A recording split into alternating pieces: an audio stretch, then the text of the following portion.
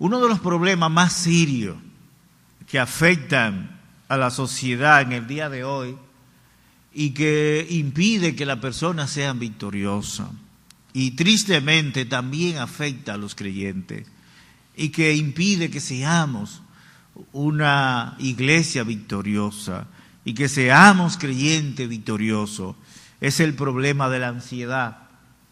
En este capítulo 4 de este libro a los Filipenses, Pablo nos habla de cómo obtener victoria sobre la ansiedad.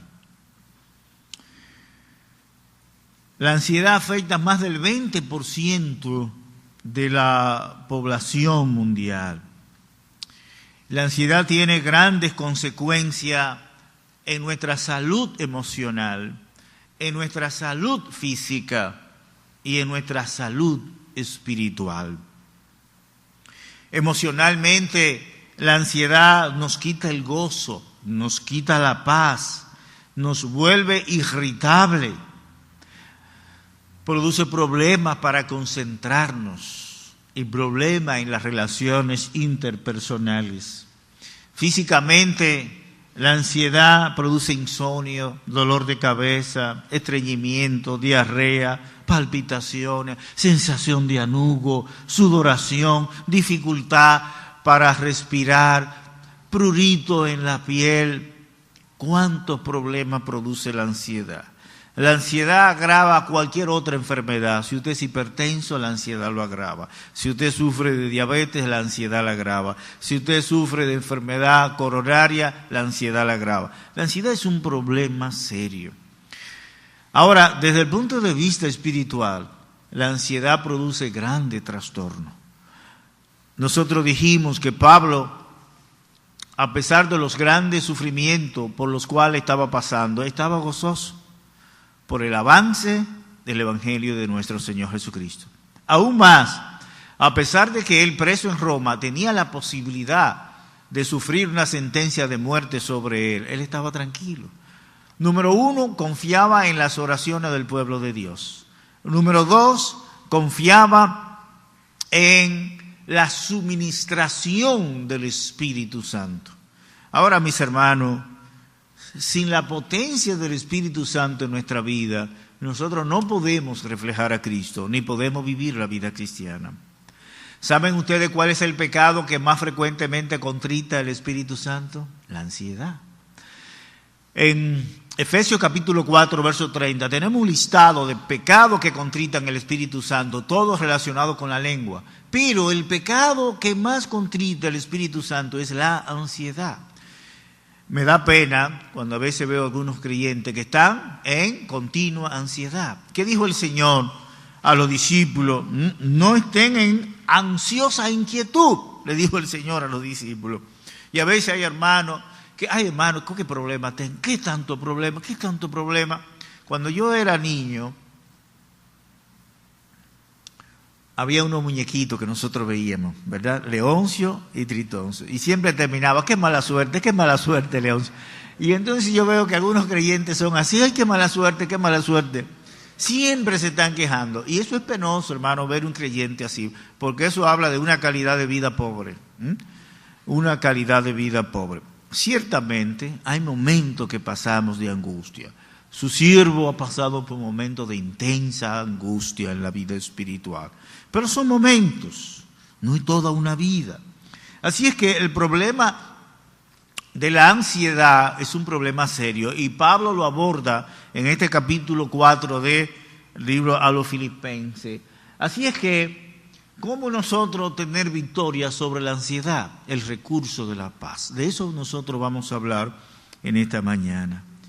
Señor, entramos a tu presencia en el nombre de Jesús para adorarte y glorificarte, para darte las gracias y las alabanzas por tu gracia desplegada con tu pueblo en estos días. Alabado y bendecido sea tu nombre por lo que tú estás haciendo con los tuyos. Gracias por este grupo de jóvenes que han estado sirviéndote a ti y a tu pueblo durante estos días de aniversario. Oh Señor, dale una bendición muy especial. A los hermanos que han dirigido el canto, bendícele plenamente. A los líderes de esta iglesia, oh, dale una doble porción de tu espíritu.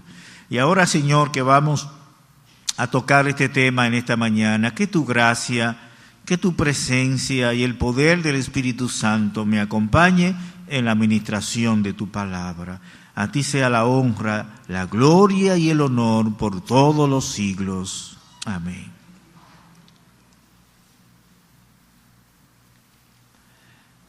Tres puntos vamos a tocar en esta mañana. Pablo trata de tres tipos de paz en este capítulo. En primer lugar, paz con los demás. Son los versos 1 al 5 del capítulo 4. En segundo lugar, paz en el corazón. Los versos 6 al 9. Y en tercer lugar, paz en relación con las circunstancias. Los versos del 10 hasta el 19. Veamos en primer lugar la paz en relación con los demás.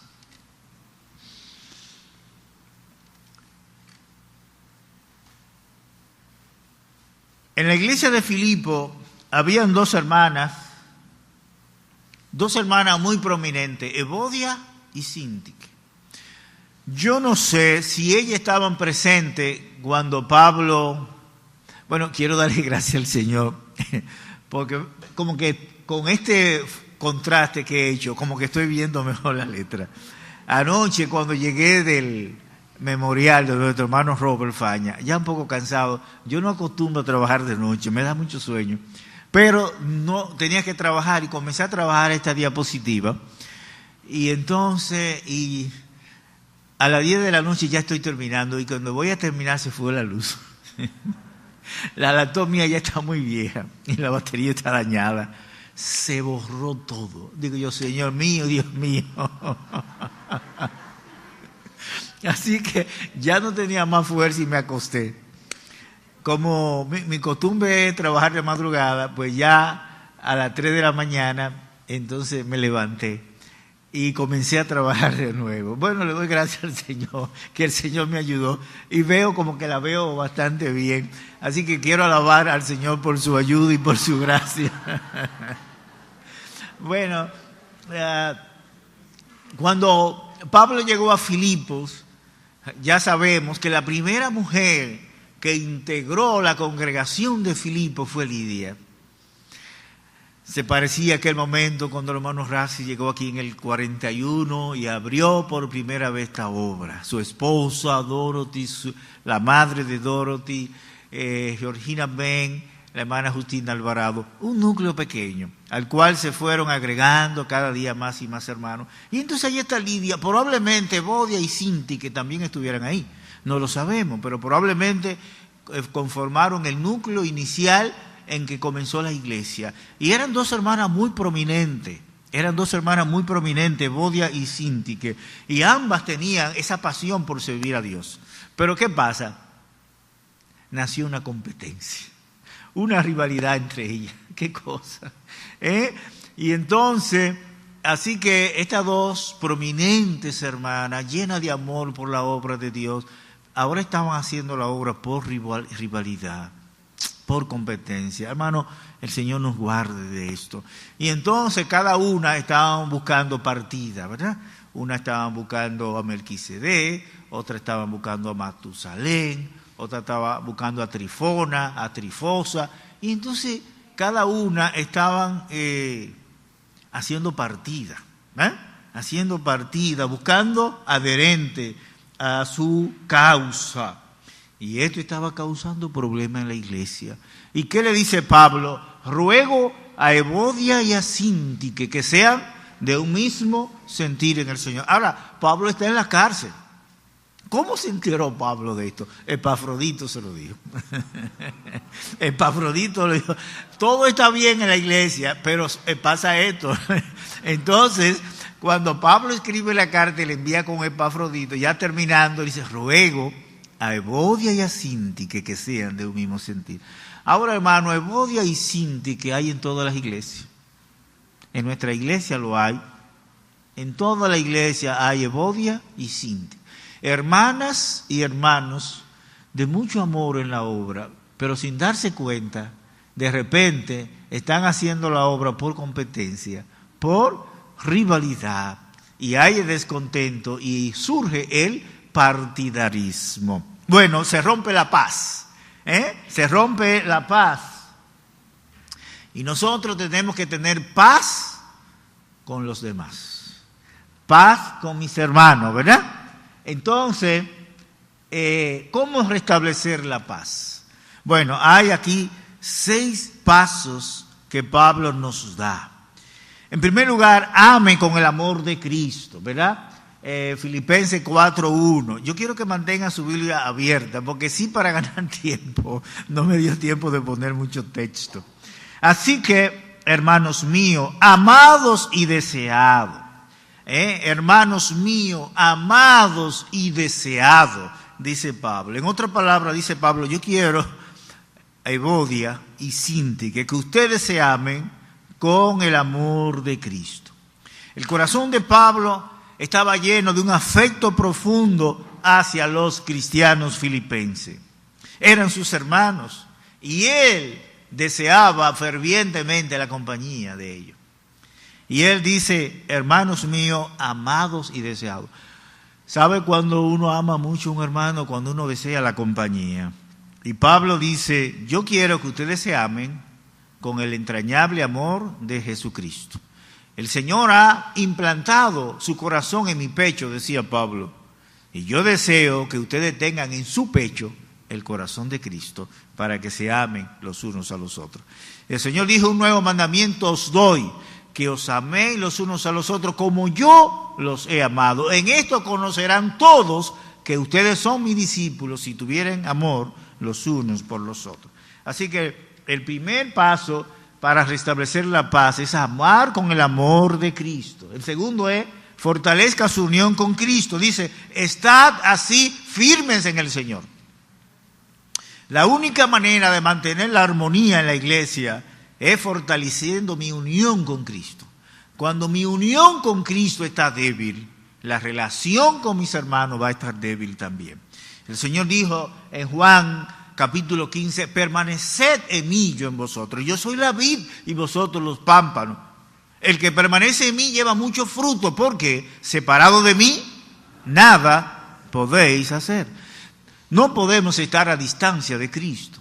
Tenemos que cultivar una unión cada día más fuerte, más íntima con nuestro Señor.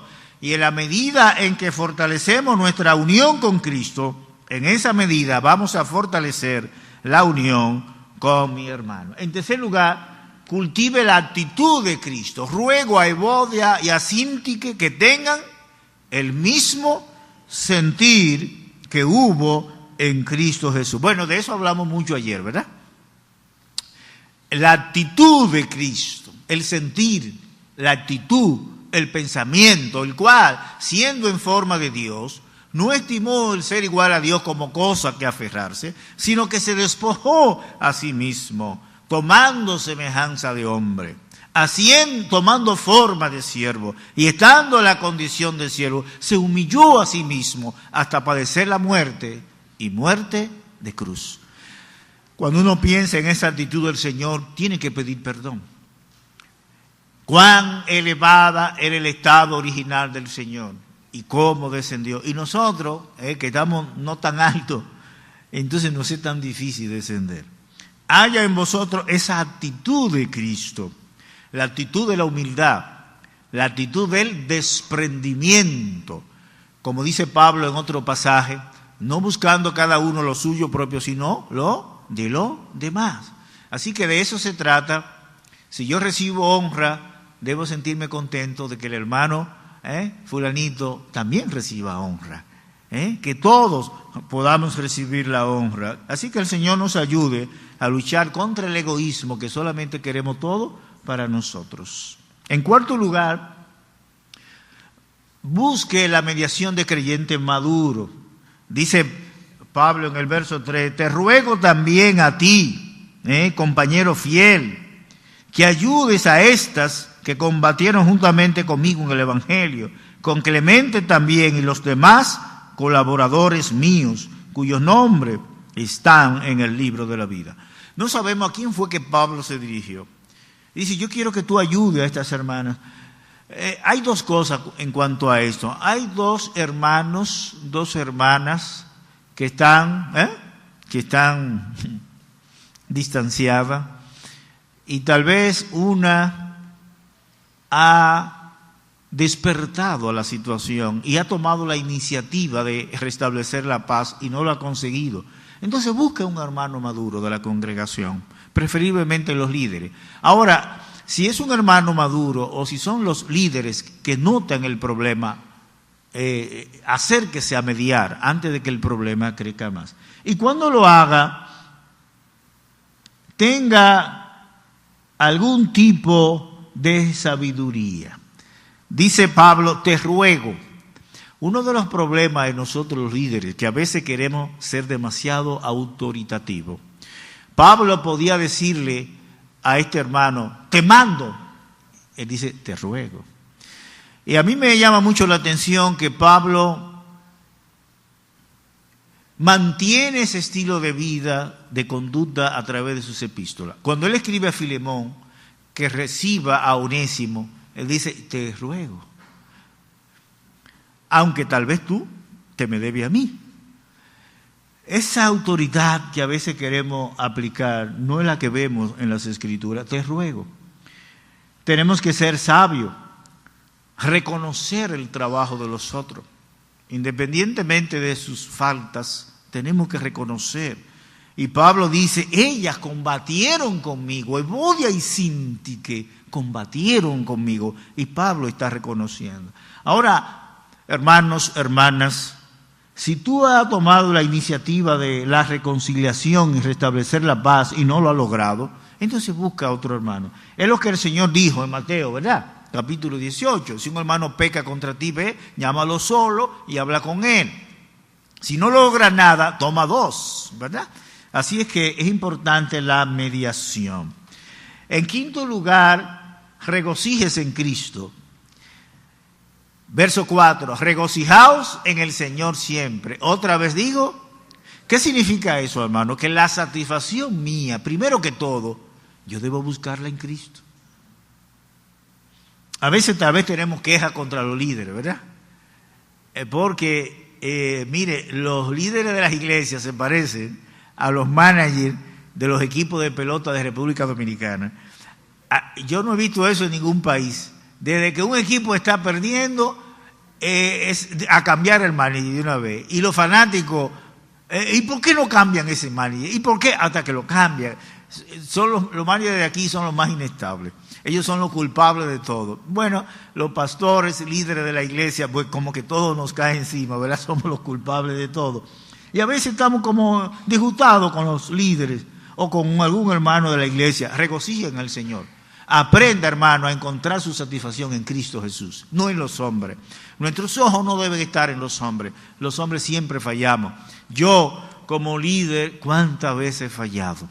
¿Y cuántas veces le he pedido perdón al Señor? Fallamos siempre. Pero mire, si sus ojos están puestos en Cristo, usted nunca se va a sentir defraudado, porque el Señor nunca va a fallar. Y eso es válido en la vida matrimonial. El esposo y la esposa tienen que aprender a encontrar satisfacción en Cristo. Muchas veces tenemos queja contra la mujer, ay, que esta mujer. Tenemos queja contra el marido, este hombre. Aprenda a regocijarse en Cristo. Si todos los esposos y las esposas aprendieran a encontrar su satisfacción en Cristo, no existiera el divorcio. Y gracias a Dios que el divorcio tiene una incidencia baja en el pueblo cristiano, pero alta comparado con años anteriores. Y me da pena cuando escucho noticias de un divorcio en el marco de la esfera cristiana. Tenemos que aprender a encontrar nuestra satisfacción en Cristo. Aunque mi esposa no me ha dado la satisfacción plena, debo buscarlo en Cristo. Y finalmente, cultive la amabilidad de Cristo. ¿Qué dice el verso 5? Vuestra gentileza sea conocida de todos los hombres.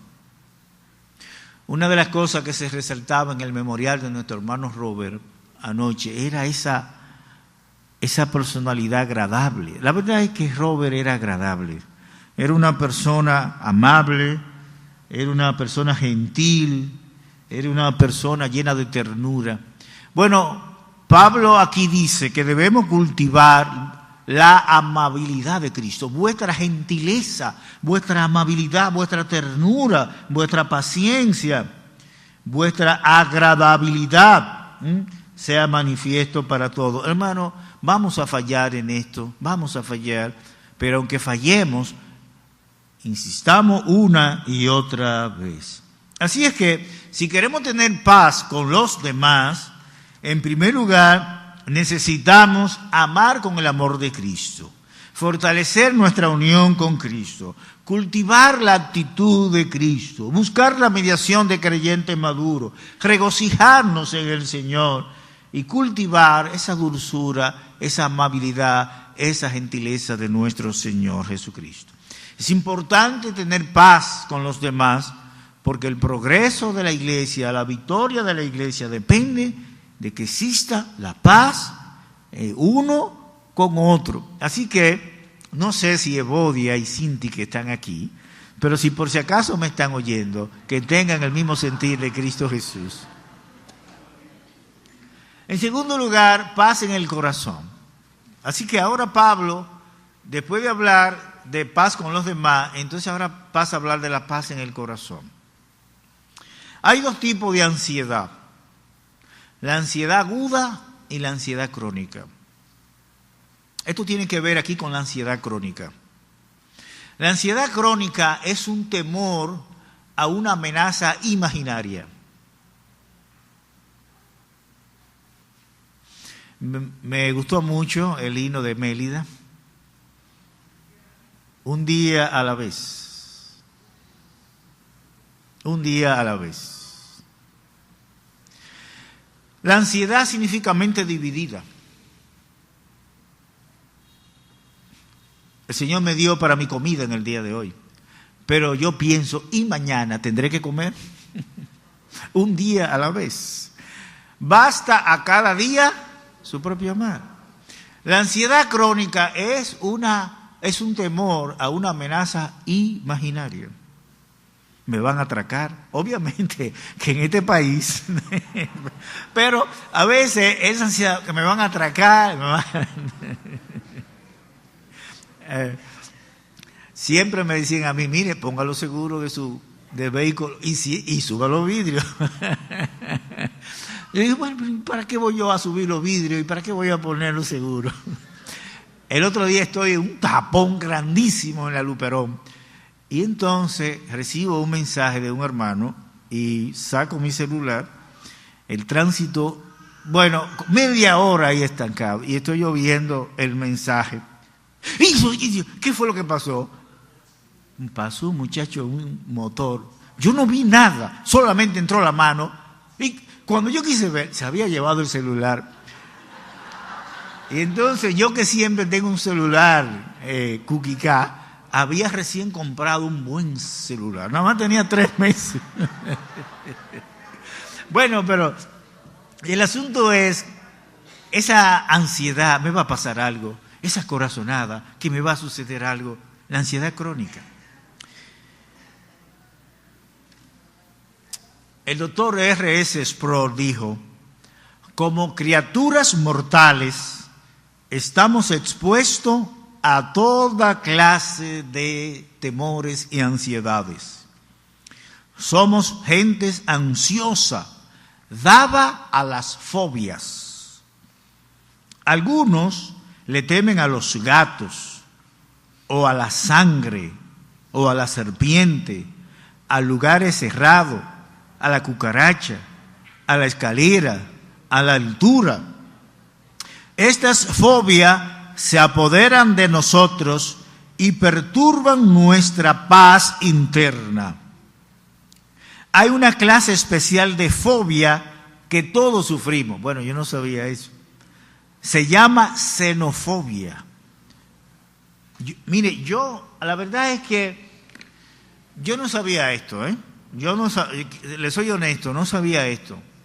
Lo que dice el doctor Sproul es que y quiero explicar esto antes, dentro de la ansiedad crónica están las fobias. O sea, hay muchos trastornos de ansiedad, pero dentro de los trastornos de ansiedad está la fobia. Toda fobia forma parte de la ansiedad crónica. Entonces, dice R.S. Sproul que todo sufrimos de una ansiedad que se llama xenofobia. Ahora, ¿qué pasa con este término xenofobia? Generalmente definimos la xenofobia como el odio a los extranjeros. Pero hay otra definición de xenofobia, que no es esa, que es temor a los extraños. Y a eso se refiere él. No xenofobia como el odio a los extranjeros, sino como el temor a los extraños.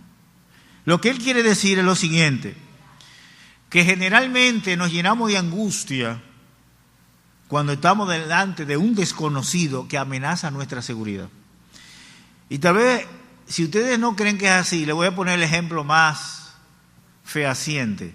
A usted le toca una entrevista, ¿verdad? Una entrevista de trabajo. Entonces usted acude a esa entrevista de trabajo. Esa es una expectativa. Y esa persona que le va a entrevistar genera cierto tipo de ansiedad, cierto tipo de angustia. Pero y fuera de eso, muchas veces nos sentimos un poquito angustiados cuando estamos en la presencia de un extraño, de alguien que no conocemos, que amenaza nuestra seguridad.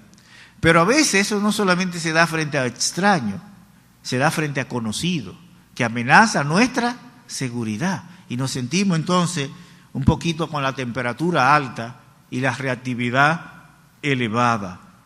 Xenofobia. Y dice el doctor Sproul que es algo que la mayoría sufrimos. ¿Qué le parece? Está la agorafobia. Bueno, yo no voy a mencionar toda la fobia, pero solamente he traído estas dos aquí. Que es el temor a los espacios abiertos. Todos estamos relacionados con el término de claustrofobia, pero agorafobia es el temor a los espacios abiertos. Hay un librito, no sé si ustedes lo han leído, hay una serie, no recuerdo cómo se llama esa serie, pero son unos libritos pequeños que tratan muchos temas importantes sobre la ira, qué haré con mi preocupación.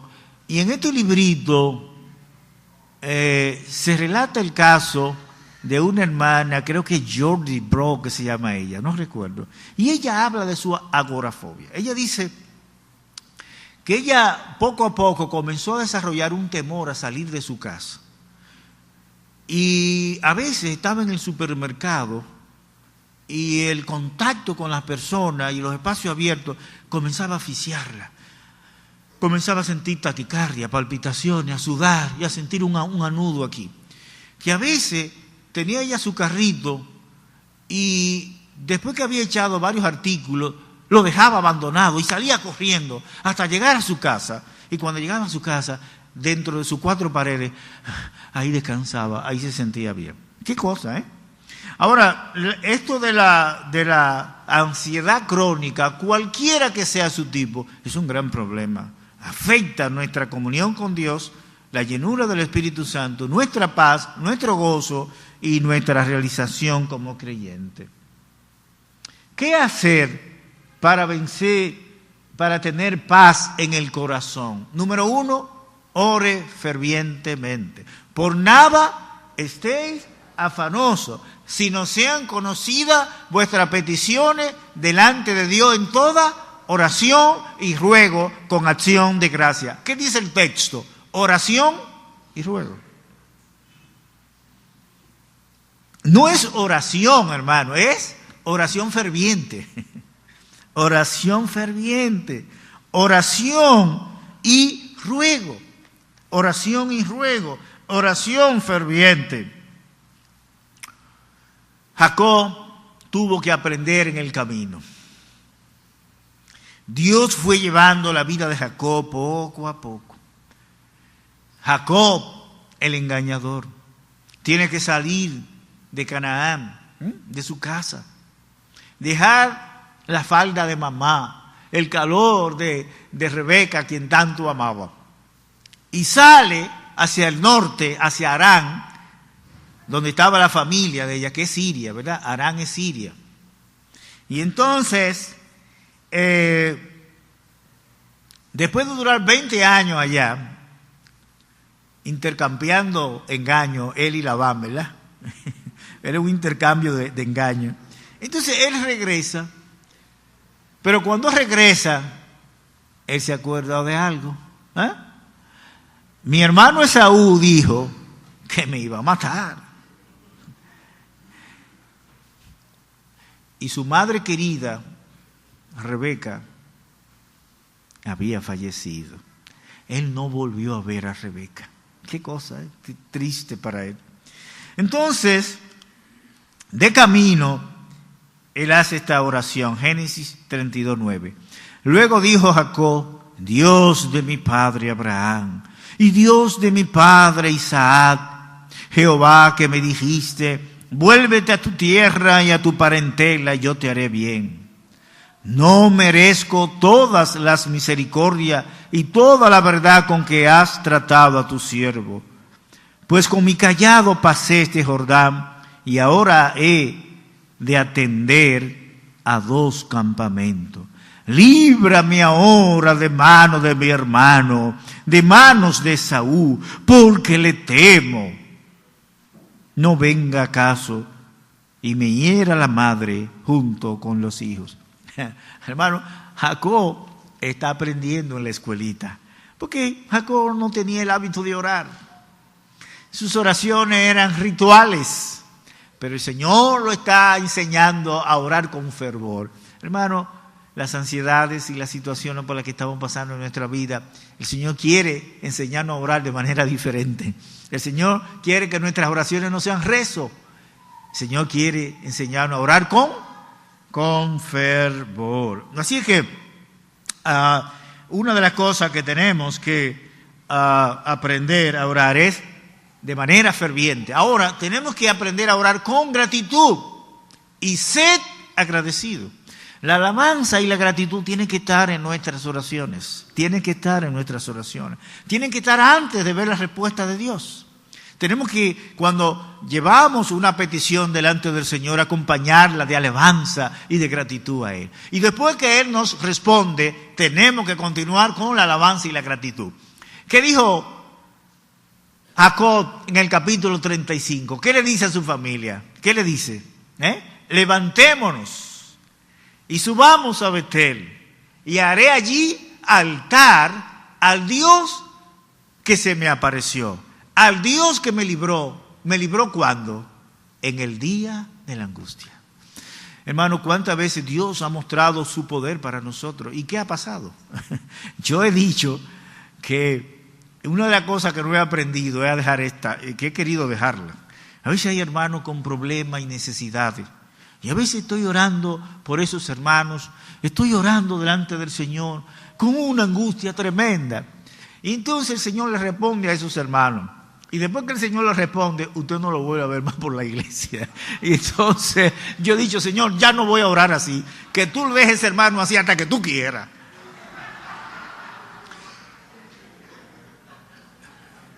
Después que Dios le responde en el día de la angustia, no vienen a hacerle altar a Dios. Qué cosa, ¿eh? Entonces, Señor, aflígelo. Jacob dice: levantémonos y subamos a Betel, y haré allí altar al Dios que se me apareció. ¿Cuándo? En el día de mi angustia. Hermano querido, ese Dios que te ha librado en el día de la angustia espera por ti, para que tú te rindas en adoración constante a Él. Quiero darle un modelo de oración. Este problema de la fobia no es fácil, hermano. Este problema de la fobia no es fácil. Yo creo, aquí tengo yo esto que no quiero que olviden. Esto lo aprendí últimamente. El pecado de las necesidades no expresadas. Esto lo aprendí últimamente. El pecado de las necesidades no expresadas. Hermano Pablito, ore por mí porque tengo este problema. Hermano Manuel Medina, ore por mí porque tengo este problema. Altagracia, ora por mí porque tengo este problema. ¿Se lo hemos dicho a Dios? No. el pecado de las necesidades no expresadas. Vaya delante de Dios con su angustia, vaya delante de Dios con sus necesidades, vaya delante de Dios con sus problemas. Ahora, aquí hay un modelo de oración que quiero dejarle a ustedes. Quiero que ustedes combinen esos textos. Como decía R.S. Sproul, la xenofobia, ese temor a los extraños, esa angustia, esa ansiedad que sentimos delante de algunas personas que amenazan nuestra seguridad, parece ser un fenómeno muy frecuente. Bueno, le quiero presentar este modelo de oración. Dice en 1 de Pedro 5:7, echando toda vuestra ansiedad sobre Él. ¿Por qué? Porque Él tiene cuidado de vosotros. Segunda de Timoteo 1:7, porque no nos ha dado Dios espíritu de cobardía, sino de poder, de amor y de dominio propio. Combine esos dos textos para que haga siempre esta oración. Cuando esté delante de situaciones que te asfixien, que te ahoguen, Señor, estoy depositando sobre ti todas mis ansiedades, temores e inseguridades, y me estoy apropiando de un espíritu de poder, de amor y dominio propio. El miedo escénico forma parte de esto. Hay personas que es muy fácil hablar en público, pero para otras es muy difícil hablar en público, es muy difícil. Le confieso, hermanos queridos, que para mí esa ha sido la cosa más difícil en la vida, hablar en público. Entonces, siempre oro al Señor y hago esta oración. Señor, estoy poniendo en tus hombros mis ansiedades y me estoy llenando de espíritu de poder, de amor y de dominio propio. Quiero decirle algo, eso nunca va a fallar, eso nunca va a fallar. Pero quiero decirle tal vez una mala noticia. Es muy difícil que usted pueda decir, me siento totalmente tranquilo antes de. Va a ser muy difícil. Posiblemente se va a sentir angustiado y ansioso cada vez que le toque. Pero no rehúse el compromiso. Siempre esa oración el Señor la va a contestar. Siempre Él lo va a llenar de su paz, de su autoridad, de su dominio propio, de su poder. En segundo lugar, piense positivamente, ¿verdad? Dice, por lo demás, hermanos, todo lo que es verdadero, todo lo honesto, todo lo justo, todo lo puro, todo lo amable, todo lo que es de buen nombre, si hay virtud alguna, si algo digno de alabanza, en esto pensar. La mente es el escenario donde trabaja Satanás. Si él controla nuestra mente, nos controla todo. Así que esos pensamientos negativos tiene que quitarlos de su mente, ¿verdad? Tiene que quitarlo de su mente. Y apréndase este texto. En todo lo verdadero, todo lo justo, todo lo honesto, si hay virtud alguna, si algo digno de alabanza, en esto pensar. Jacob era un hombre pesimista. ¿Ustedes se acuerdan cuando él compareció delante de Faraón, cuando José lo llevó? ¿Qué le pregunta a Faraón? ¿Cuántos son tus años? Y Jacob le dice, 130 años. ¿Y qué comentario hace Jacob? Pocos y malos han sido los años de tu siervo. 130 años. Dice, pocos y malos. Que esa es la evaluación que Jacob hace de él. Pocos y malos. Obviamente Abraham vivió 175 años. Isaac vivió 180 años. Comparado con ellos, él dice, poco y malo han sido.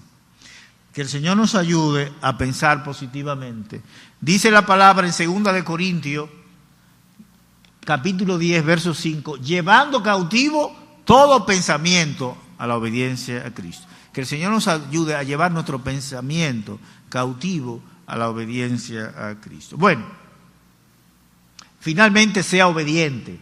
Lo que aprendisteis, lo que recibieron y oyeron y vieron en mí, esto haced. Si hay un pecado oculto en nuestra vida, no podemos tener paz. Tenemos que ser obedientes al Señor. En tercer lugar, Paz en relación con las circunstancias.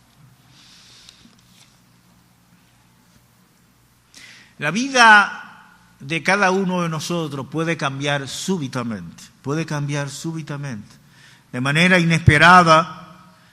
Podemos pasar por circunstancias difíciles en nuestra vida.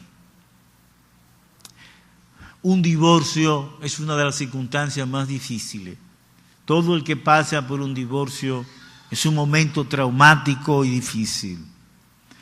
La pérdida del matrimonio es una de las experiencias más negativas en la vida. La pérdida de la salud. Podemos estar relativamente bien, pero la salud es tan frágil. Aparentemente bien. Hay tantas enfermedades. Generalmente nosotros decimos que la hipertensión es un enemigo silencioso, pero el cáncer es un enemigo silencioso. Hay tantos enemigos silenciosos en la salud. La esposa de un abogado amigo mío tenía un aneurisma cerebral y no estaba bien. De repente ese aneurisma se rompió. Entonces hay mucha fragilidad, la pérdida de la salud, la pérdida del trabajo. Qué bien nos sentimos, estable en nuestro trabajo. ¿Y qué cosa es? Cuando de repente un trabajo de tantos años, entonces somos suspendidos. O la pérdida de un ser querido, o la pérdida de las posesiones. El viernes viene una enfermera diciendo, estamos recogiendo una colecta porque a la enfermera tal se le quemó su casa totalmente. Y eso pasa así. Así es que podemos pasar por circunstancias difíciles de manera inesperada. Y en esas circunstancias difíciles, hermano querido, es muy normal que la angustia y la ansiedad vengan a nosotros. Eso es lo que se llama ansiedad aguda. La ansiedad aguda es un temor a un hecho real. La ansiedad crónica es un temor a un hecho imaginario. Entonces es muy normal que cuando nosotros pasemos ante una amenaza real, nos sintamos ansiosos y angustiados. Por lo menos eso es lo que me pasa a mí. Yo particularmente no soy como algunas personas que ante una noticia, hay noticias catastróficas, mira, que me hacen poner ansioso. Ahora, ¿cómo nosotros afrontar esta circunstancias difíciles? ¿Cómo tener paz en relación con las circunstancias?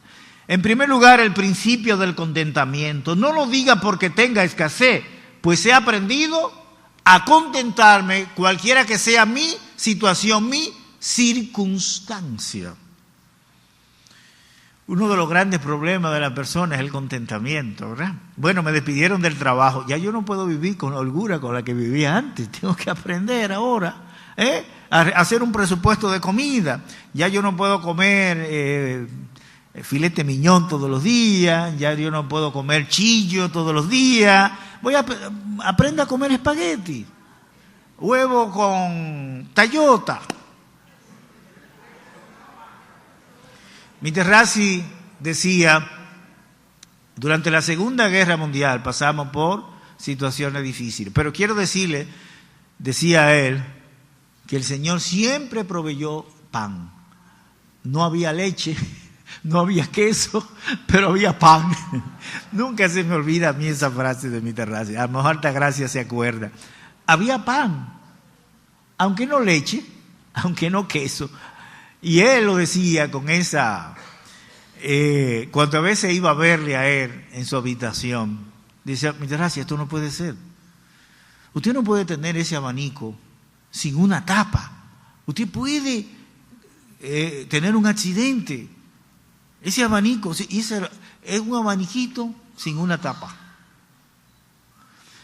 Bueno, él podía decir, he aprendido a contentarme cualquiera que sea mi circunstancia. Las deudas es un problema serio. Pablo dice, no debáis a nadie nada. Eso no se ve bien un creyente con deuda. Me refiero a deuda que usted no pueda solventar, ¿verdad? Hay deudas que son legítimas, que usted cumple con ellas.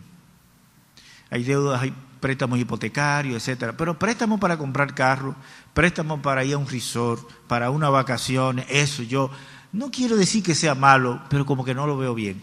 Entonces, tenemos que aprender a contentarnos con lo que tenemos.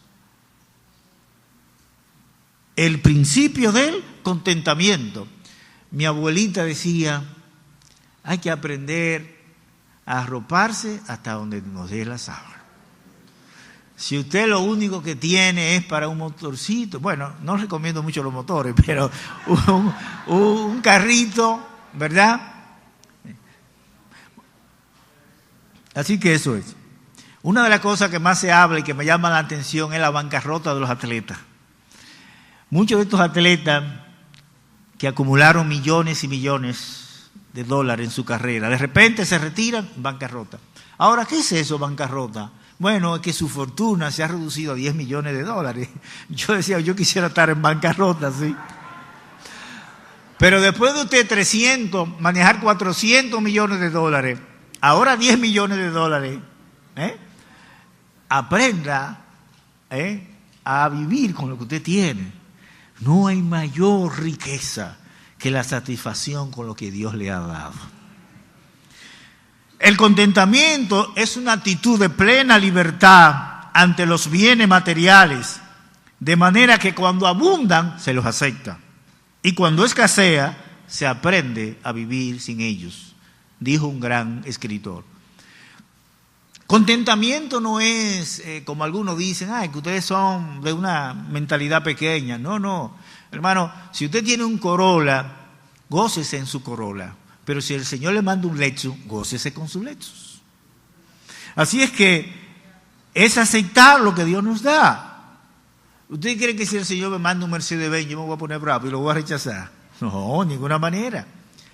Pero hay que aprender a vivir con lo que usted tiene. Ahí está el fin. Bueno, en segundo lugar, tenga plena confianza en el poder de Cristo. El texto tal vez más conocido de Filipenses. Todo lo puedo en Cristo que me fortalece. Bueno, no se olviden, hermanos, de decirlo bien. Todo lo puedo en Cristo que me fortalece. Filipenses 4:13. Una hermana decía, todo lo puedo en Cristo que me filipense, Fortalecense 4:13. Hay que aprender a decirlo bien, ¿verdad? Así es que, ahora, noten ustedes, mis hermanos, que todas las bendiciones de Dios son por medio de Cristo. Todo lo puedo en Cristo. El humanismo, el secularismo, la psicología predican el pensamiento positivo en base a las potencialidades humanas. Nos enseñan, el poder está en ti, la fuerza está en ti, confía en ti. Pablo no. Pablo dice, yo todo lo puedo, pero en Cristo que me fortalece. La confianza de Pablo está en las potencialidades infinitas de Cristo, en Cristo. Y él ya ha definido lo que eso significa. Filipenses 1:11, él dijo, llenos de frutos de justicia que son por medio de Jesucristo. En Cristo significa por medio de Jesucristo. Hermano, más de 16 veces Pablo utiliza en esta epístola en Cristo, por medio de Cristo. Porque todos los dones de Dios son por medio de su Hijo Jesucristo. Todas las bendiciones que Dios da son por medio de su Hijo Jesucristo. Finalmente, tenga confianza en la suficiencia de Dios. Mi Dios pues suplirá todo lo que os falta. ¿Conforme a qué? Conforme a la riqueza de Bill Gates, no, o de Carlos Slim, no, conforme a sus riquezas en gloria en Cristo Jesús. Los infinitos recursos de Dios. Tenemos que aprender a confiar en la suficiencia de Dios. Hay dos cosas en nuestra vida, necesidades y deseo. La promesa que tenemos aquí, ¿para qué es? Para nuestras necesidades, todo lo que le falte. Hermano, vea la presencia del Señor con tus necesidades. Señor, estoy reclamando tu promesa. El Señor dijo en Mateo capítulo 6, 25, ¿por qué ustedes se afanan por el vestido? ¿O por qué se afanan por la comida? Vuestro Padre Celestial sabe que ustedes tienen necesidad de eso. Él lo sabe.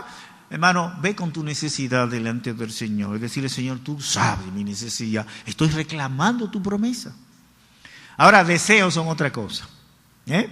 Los deseos, Dios puede concedérnoslo. Claro que sí, puede concedernos. Oh, Señor, tengo un deseo de unas vacaciones para Europa. El Señor puede concedértela. Pero yo no te estoy dando seguridad de que te la conceda, ¿verdad que no? Eso es un deseo. Ahora, las necesidades, ve en la presencia del Señor. Hermanos queridos, en este capítulo 4 del libro a los Filipenses, Pablo trata sobre la victoria de la ansiedad. La ansiedad es un problema serio que afecta nuestra paz, nuestra satisfacción interna, nuestra calidad de vida, afecta la llenura del Espíritu Santo y es necesario que nosotros tengamos victoria sobre la ansiedad. La ansiedad a 3 niveles, y el Señor está con nosotros para darnos la victoria sobre la ansiedad. Señor, nos bendiga plenamente. Señor, multiplique su gracia en nuestra vida y el Señor nos ayude a ser victoriosos contra todos los enemigos de la vida espiritual. Señor, gracias por este mensaje de tu palabra que tú has traído a nuestra vida. Tú sabes, Señor, cuántas veces yo he fallado en cumplir este mensaje que tú tienes para con nosotros. Yo te pido perdón y pido la gracia, la plenitud del Espíritu Santo para ayudarme a vivir esa vida de paz como tú nos demandas en tu palabra. Y pongo a tu iglesia en tus manos para que tu iglesia viva en el gozo del Espíritu, en el fruto de la paz del Espíritu, una vida de calidad. La vida de calidad, resultado de una comunión íntima y constante con nuestro Señor Jesucristo. Tu nombre sea alabado, glorificado y exaltado por todas las edades. Amén.